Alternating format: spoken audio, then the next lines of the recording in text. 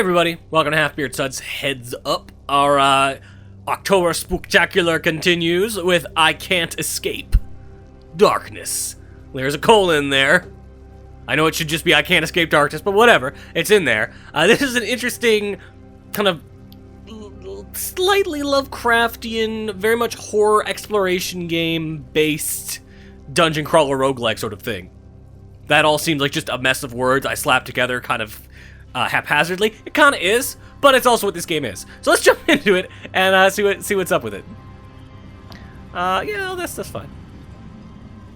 So yeah, this is kind of a permanent thing that you can allow saves if you are so inclined. I have not been doing that, and here we go. We start off up here at the start of this clearly evil death pyramid.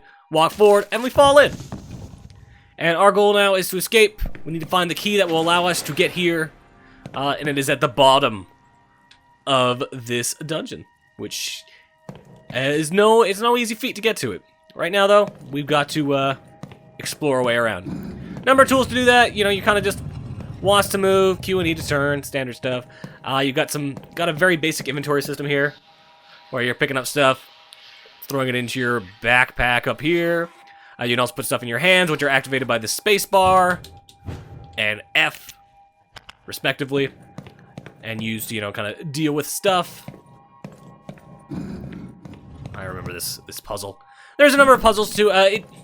The game is procedurally generated, but there are definitely a limited number of puzzles. You encounter the same ones kind of over and over again, just in different places throughout the game, which is probably for the best, because the game is actually quite difficult. So having the pretty standardized layout is useful, to say the least. Put this up there, turn around, because there's going to be a rat behind me. I knew it. Get back here, rat. And yeah, combat is pretty simple. You hit the whatever button you've got the weapon equipped to hit, and you kind of want to step in and out of the way of enemy attacks. Though, I'll be honest, I've been really bad about it. I tend to just mash, because I'm lazy. This guy's saying, hey, yo, there's a bottle. It's great. You should hit things with a bottle. And I happen to agree. Interaction is pretty simple. I press the left mouse button to pick stuff up, drop it, throw it, whatever. Right mouse button will allow me to look at stuff. We just know that rat ate that guy, so that's cool. And yeah, we've also got limited. The other thing to worry about in this game is there's very limited light sources. I've got my flashlight, but there's also a lighter you can find, and there's various sconces around that are often activated by either you or other things in the dungeon. And you want to make sure you're using those light sources wisely, because in addition to actually allowing you to see what's going on, they help defend you against some of the more terrifying things out in the that are out in the dungeon. Throw this rock, hit that button, see what that did. I don't know. Might have done something. Lots of these freaky eyes. Hello there, eyeball. I see you too. Not gonna look at me no more. There's not a ton of writing in the game. Mainly those messages you saw earlier, like those letters, as well as the ones when you enter a new floor. But what's there is pretty decent. Picking up these mushrooms. These mushrooms are how you heal yourself, but they also how you poison yourself, as well as grant yourself crazy ghost sight. So, I don't know, useful for various things. Right now, I'm trying just not to die. You don't want to. You can fall in those holes. The holes are both good and bad. A lot of the things in this game are both good and bad. The holes will allow you to pass down to the next level really easily without having to deal with any of the other stuff on this floor, but without having to get any other cool stuff on this floor. And what's downstairs is always generally a little tougher than what's up here. As you can see, you don't take many hits. That rat hit me like twice, and I'm already like, oh god, I'm gonna die. Also, when you get hurt like that, it really fucks up your vision, which makes it all that more important that you have a light around, or else you might get screwed over. Keep attacking this rat, because fuck this rat. Get back here, rat. It's not strictly, like, right in front of you, the attack. It kind of hits to the sides as well, so it's a little funky how that stuff seems to work. My vision will eventually unblur, though I could always try to eat one of these mushrooms. Go for it. I threw that. I didn't mean to do that. That mushroom seemed to help. Oh, it also gave me ghost sight. So now I'm seeing crazy ghost writing everywhere. Helps me know what's going on and will lead me to puzzle clues, theoretically. Now I just have to try to remember what color that was. I think it was a spotted cap, and not a striped cap. The shape of the mushrooms doesn't seem to matter, but the color the pattern on top of the mushrooms doesn't seem to matter. Also, I fell in that hole, so that sucks. I was trying not to do that. I wasn't paying attention. Thankfully, all that stuff is graciously marked on your map. Got a map here. You can see it shows holes. Oh, spider. Never noticed that before. It'll also show where there should be doors and all that kind of stuff. So you got a lot of options to kind of help you find your way. There's not really a lot of room to dodge there, because there is a fall down hole right there. I'm just trying to be careful. And yeah, it is really quite dark here. And I might just, at one point, start trucking downstairs, because there is cool stuff near the bottom of this labyrinth. Though, frankly, I won't survive it, most likely. Oh, I should really turn that on. That said, I can keep that off and just use this to navigate. As long as there's not enemies around, you can kind of use the map to navigate without any worries, which is really useful if you were trying to conserve your light. Though, obviously, that's only so useful all the time. Though the game is quite nice in how graciously far ahead it tracks stuff. How far it tracks your map. Like you saw there, I mapped out all the way to that hole, even though that hole is quite far away from me, so that's useful. That said, I don't think I'm getting any farther. Turn off my light too. Ooh, that was not a pleasant sound. Also, I'm being attacked. Oh, and by the big ones too. Shit. That all went really bad, really quick. The darkness is closing in around me, and I'm dying. So let's turn on the light, so the darkness won't try to destroy me. It seems like there is some sort of invisible sanity meter in this game, though I'm not really sure if that's true. Now let's eat that mushroom. Maybe that'll help. You know what? Totally helped. Cool. Lots of really good, terrifying, freaky soundscapes going on here, where just the game is constantly cackling at you and murmuring in your ear. Definitely a headphones kind of game. Good way to freak yourself out. Go walk along this terrifying, loud cave of evil portents. Move forward. Try to ignore my sanity falling down around my knees, or whatever. I really need to keep my light out. It's too dark to not have my light on, but... I don't like that. I've never heard those. I've never heard it talk in semi-coherent words before. That's an unsettling kind of new.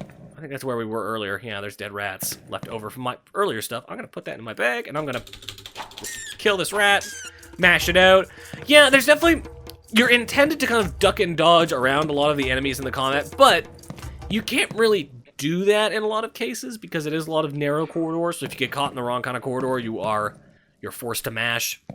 Oh, shit! Hey, ghost. Hey, yeah, this ghost is not a bad guy. He looks evil, but he's going around lighting sconces for me, so he's a cool guy. Anybody who lights sconces, it's all okay with me. We can continue to go downstairs. Probably not a bad idea. I believe the next couple floors are where things get real bad, so moving a little faster, getting away from some of the more evil stuff, probably smart. That said, I don't have a lighter, which would be really useful here. Alright. So we start seeing the weird gooey stuff. You've noticed those eyes are everywhere, too. Like, there's clearly some bad stuff going on. There's a story here, as you can see by that thing there, talking about the brothers aiding you and all that. I've not found it super easy to comprehend, so I've kind of ignored it for the most part, which seems to have been fine. There's this nice little cave that has different music, so it's probably important. With mushrooms that I think are good. I think the spotted cat mushrooms are good. They either heal me or give me ghost sight. It's the striped cat mushrooms probably that will poison me, and there's an easy way to find that out. Actually, no, never mind. I don't have any striped cat mushrooms, so whatever. I got my bottle. I got my bottle, and I've got my other stuff, and we're good. I think the bottle is like the best weapon in the game. There isn't really a ton to this game necessarily, but there's definitely a lot to play with. Like a lot of stuff to find. There's a lot of stuff to do and a lot of scares to be had, but there's not necessarily a lot of like items or like secret skills or anything like that. It's a lot of kind of hope for the best. There is something behind me, and I believe it is the thing I'm really worried about. So yeah, I'm gonna keep turning around and be ready, because there is the big scary thing in this game is plants. Specifically, a plant demon called the Green Beast, I believe, which is afraid of light. It does not like your light. But if you happen to catch, if it happens to catch you without a light, you're in trouble. And your light is, you have a limited amount of it. So like I can take it out of my thing here, and I can hold the right bumper, the right mouse button to see how much battery I've got left in it. And I know I don't have much left, so I've got to move forward and hope for the best. I might go down the next hole I can find. See what's up with that. Oh, I can hear the skittering sounds of all sorts of bad stuff like that. That's the green beast. And it hit me once and I'm already like dead. It hits you once, you get goat sight, and it hits you again and you die. And it reses really quick too. The green beast is a problem. Kind of hear a burning sound when I put my flashlight over it though. Well, it's a matter of just moving really quickly. There's got to be a way I can go down. I don't think there's any way I can go down. This is the problem. Yup, I think I'm trapped in here with the green beast. I don't even know if this is green demon. This might just be a cluster of vines.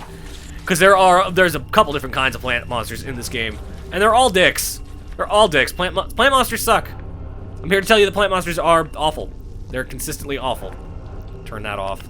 Even though it's dark, I don't really have much recourse because that's about to wear off. Oh man, where the hell am I going? Yeah, walk through here. Okay, I'm just gonna use the map for now. And hope I don't get attacked. If I get attacked, I'll probably die. Because your guys go, oh, that'll be the green demon. Yeah. I've never actually I didn't even get to see this guy. I've never really seen him probably before. And I didn't get to see him then because I was looking at my map. I got an achievement for dying that way. And, you know, it shows your various stuff. Apparently my 5th attempt. I've played more than 5 times. I don't know why I say my 5th attempt. How many steps, how many keys, how long. And I can tweet how I died if I'm wanting to. I don't really want to. So we'll just try that again. Keep moving. Give that another shot. This time I'm just going to try to go as far down as I can. I'm just going to take every pit possible. Because I want to show you what's at the very bottom of this. Just because it's fucked up looking. And I like showing you things that look fucked up. That's why we do this Halloween thing, frankly. But it's also a good show of kind of what this game's got going on. In terms of its style of visual horror. A lot of good atmosphere going on here, though. I wouldn't necessarily call it the most, like, I don't know, engaging horror in the world. Like, I like a lot of what it's putting down, but it's also very simple, I guess. Not too bad in terms of price. 12 bucks, 12, 13 bucks, I think. I know it's $12.99 Canadian, so you know, account for that however you need to within your own region. Let's eat that. See what that does. Delicious? Yes, delicious. Good. There's not really a good way to figure out what mushrooms do what until you eat them, if I'm not mistaken. So that was a spotty one, so I think that one will be okay. I think these guys are fine. I'll put these in my bag. Might need those later. This one, what do you do? Let's find out. Oh, that's a poison one. Striped cap is poison. Let's eat the other one. Negate one mushroom with another mushroom. Alright, cool. Problem solved. Let's take a look here. Alright, I'm avoiding holes. Let's fall down a hole. Whee! That's really shocking when it happens when you don't want it to. It's genuinely unsettling when you just when you're looking at like a random switch and you just fall down a hole. Swat that rat with a stick for a while. Oh no, I'm being attacked by other things. Shit! Go away, rat! Do I have any mushrooms? I am out of mushrooms. That's a problem. I'm not gonna get to show you the cool thing. Turn on the light. Oh, another rat! More rats to swat. Grab that. Put that in my bag. Move on. Let my health regen, because it is just regenerating health. I'd really like a health counter. I think if there's one thing that I would recommend for this game that I'd really like to see, that is a health counter of some sort. I know having strict numbers as to your well-being probably would reduce the horror, I guess, somewhat, but having also having some knowledge of what the hell your actual status is would be really handy. It would be much easier to kind of deal with this game, and I think it could keep a sense of horror with a health meter. Okay, I'm gonna go this way. And again, I'm just gonna try to fall down holes now. There's lots of holes. Let's fall down them. I think we're on the 3rd floor now. Yeah, I think so. Go this way. This guy's around. He's doing his thing. I should have plenty of flashlight batteries, so we should be good. If we see the green demon again, we'll be able to dispense of him rather quickly. Yeah, I believe we're on the right floor. There's the... You throw mushrooms in there, you can combine them to make better mushrooms, I guess. Here's more healing mushrooms. Just throw these all in my pack. Just because they come in handy. Throw them up there. Anything over there? It's another mushroom. That's what's in there. Move over. Yeah. Yeah, overall, I think this is a pretty neat little game. It's got good atmosphere. I think it could be mechanically a bit more deep. Maybe. Or at the very least, maybe be a bit more clear in how deep its mechanics go. But I do think it's pretty cool. I think it's got a really good general sense of kind of tension and just unsettlingness. Right, falling down holes. You're almost there, but you must make contact with the heart of the tomb. But use utmost care. The darkness is strongest here. So keep that flashlight going, and go touch squishy stuff. See that squishy thing there? We're gonna go touch it. Yeah. Who likes goo? Just beyond the sphincter is the darkness's last defense. It's just a random heart. You gotta be careful. That's it, the core of the tomb. Touch it. Touch it together and we can push the darkness back. Touch it! Oh god, no! A bundle of vines! And it killed me immediately. Yeah, like, I don't even know what happened there. I just died immediately. I don't even really know if I need to show anymore. That's because the rest of the game kind of looks more like that. I mean, there are puzzles to do that are around, and there are more things you can pick up. There's like, you can get another flashlight, because that one will eventually run out of batteries. You can get a lighter with which you can light the sconces, but you can't make a torch or anything like that, which is a real bummer. I wish you could make a torch. And there's a couple other things you'll find, but generally that's kind of that's a good gist of what I Can't Escape Darkness is. I think it's neat. I think it's worth checking out.